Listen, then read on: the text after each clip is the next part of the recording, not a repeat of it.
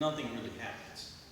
When I was on my, I forgot, 19 or 20 or something, my friends bought me this pass to parachute drop out of the plane. But when I did it, because I'm old, I'm 61, so it's way, way back when, but they didn't have me attached to somebody else.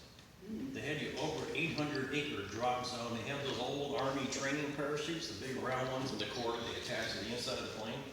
What it does is when it gets to a certain distance from the plane, the cord yanks the chute open. Well, those big round ones, you can't do anything except basically go down. You have very little control, like left or right, that's about it.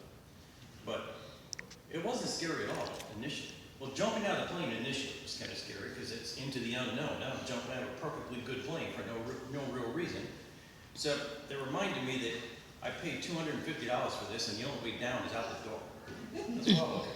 So, jumping, once you got out, it's like, all right, that's not bad. So the chute opens and, yeah, this is pretty cool. You're hanging there. When the ground starts coming, you're only moving about 5 miles an hour per second. But it looks like you're really, really coming up fast. That's pretty scary. So they teach you how to keep your legs up. You just basically fall on your butt is what you do. Because you don't want to break your legs if you have your leg, jam your legs together. So, is that risky? Well, maybe. Maybe a little bit risky.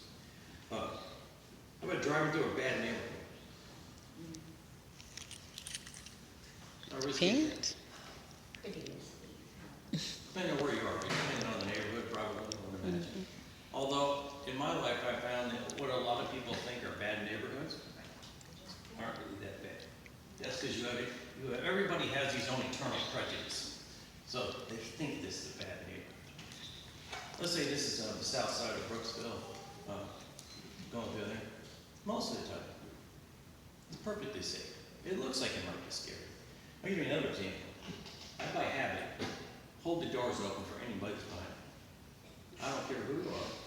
Oh, wait a couple of seconds, hold the door open. Did you know that the biggest, scariest looking people, black guys, all the tattoos all over them and stuff, and always say thank you, or some version of thank you. Everyone else. You know the ones who don't? Is the little old ladies. I'm serious. They push right by you like you're supposed to do that. Okay. But I'm just saying. But the scariest looking people are just as polite as everybody else. That's just my prejudice. They look scary, but they're not. So I used to work as a DJ at punk rock in the 90s, early 90s. Well, this is the kind. These are people who have the big rooster cuts and all the leather and the spikes and stuff. And they're pretty scary looking people as well. So, you know, in a year and a half, I never saw a single fight in that bar, except for someone that was never there before. You'd always get the person that's going to pick up somebody else. But these people were all friendly. They just didn't want to be bothered. But it was always someone it was an outsider who would come in and try to mess with these people. You know, so anyway, my point is, they looked scary. They were some of the friendliest people I ever met.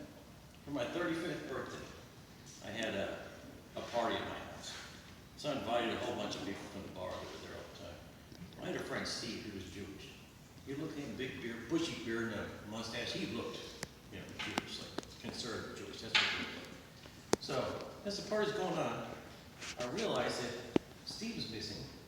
So are a few other people. I'm looking around. I'm kind of concerned for Steve because this is all a whole different group of people he ever hangs out with. So I'm keeping an eye on him. So also I go in the kitchen and there's Steve and about 5 or 6 of the scariest looking punks. They all pick some like pots and pans or whatever, and they made their own little band in the kitchen. And Steve was in the middle. They're having a great time. But just goes to show you, just because somebody looks scary, that doesn't mean they're there. So it's probably not really risky for me to hang out. And that's my own internal bias. Does anyone have any other examples of what might be risky? Or something happened in your life that you think might be risky? Falling in love. That is risky, huh? That really Yeah. is really risky because you're putting Yeah. yourself out there. You're opening yourself up totally to somebody else, and you don't know what they're going to do or say, or things could turn sour later.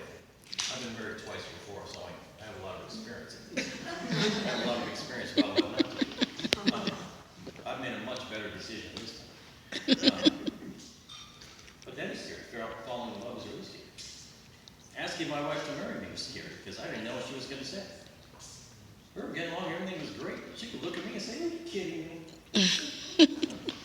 I was more concerned about what her family would think. We were even talking about this, she'd always laugh at me. Yeah, that'd be fun. I mean, you could tell we look exactly alike, we're almost like twins, so. Yeah.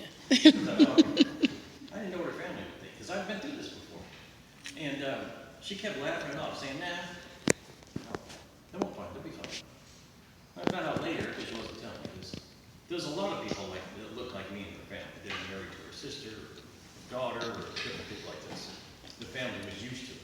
Not to mention her family, her dad was a very famous gospel singer and a minister, and if there was a square foot of anywhere on the floor for somebody to stay, he would invite them to stay. Stay with them. So they adopted, like quasi-adopted, 3 or 4 different white people in their family, lighting up to their family, so, which she still to this day considers them to be her brothers and sisters. So it goes after this my insecurity thing. What do you think they're going to say? They won't. That was what they say. They're going to get it. That's be fine. But so in that case, that wasn't very risky. So. But consider this, is being scared is an emotional response, right? Mm-hmm. And scared is an emotional response. Something is risky is generally a behavior or action.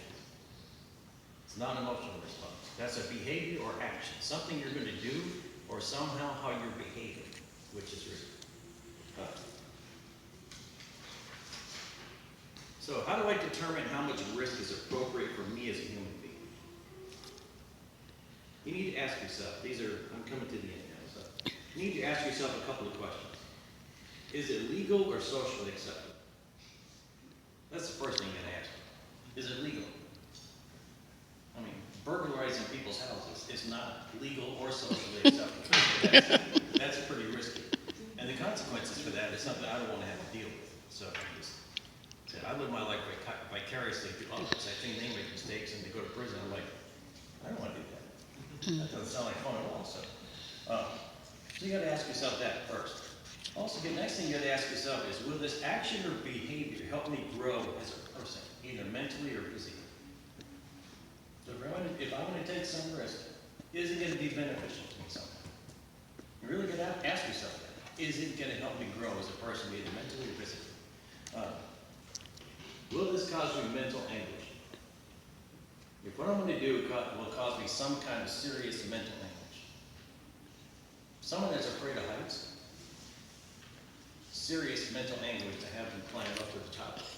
So real high thing. Will it hurt them? No, but it might hurt them mentally. Could seriously damage them mentally if you make them do something like that. So,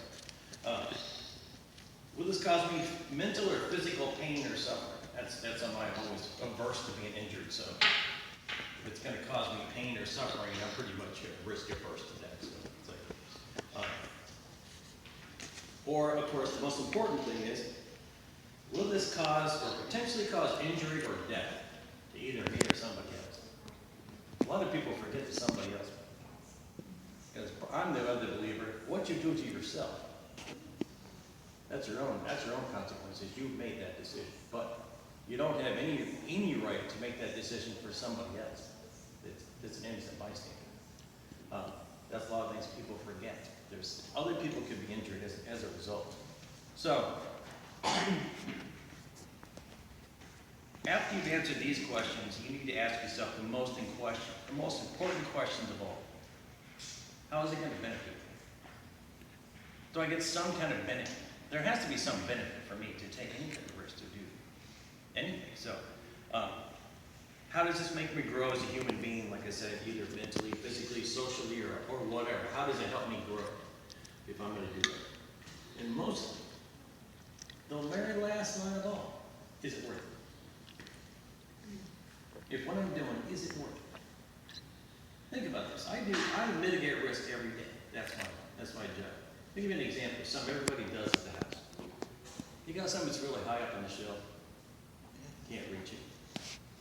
If I have the option of using an empty 5-gallon pail turned upside down or a step ladder, using a pail, I can't begin to tell you how risky it is. People are injured all the time. And it's forbidden under OSHA, but for obvious reasons. You step on the edge of that and it comes out from under you. So it's risky. If I have a step ladder, have I mitigated that risk?